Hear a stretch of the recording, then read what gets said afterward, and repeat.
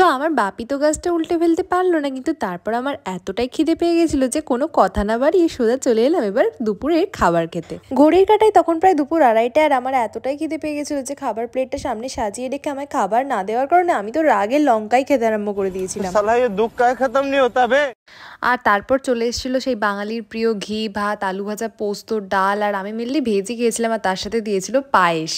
আর তারপর চলে এসেছিলাম সোনাঝুরি হাটে, আর এখানে এসে দেখলাম প্রথমেই কত সুন্দর সুন্দর জুয়েলারি, আর তার সাথে ছিল সুন্দর সুন্দর ব্যাগের কালেকশন, শাড়ি, সব কিছু মিলিয়ে চোখ দেখতে দেখতে জুড়িয়ে যাচ্ছে। আমি এখান থেকে নিয়ে নিয়েছিলাম কিছু সুন্দর সুন্দর চুড়ি, আর তার সাথে নিয়ে নিয়েছিলাম আরো অনেক জামা কাপড়। কিন্তু তারপরে যা দেখলাম এই বাচ্চাটা এমন কথা বলে।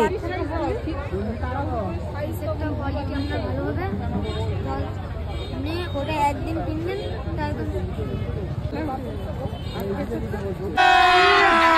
अभी मजा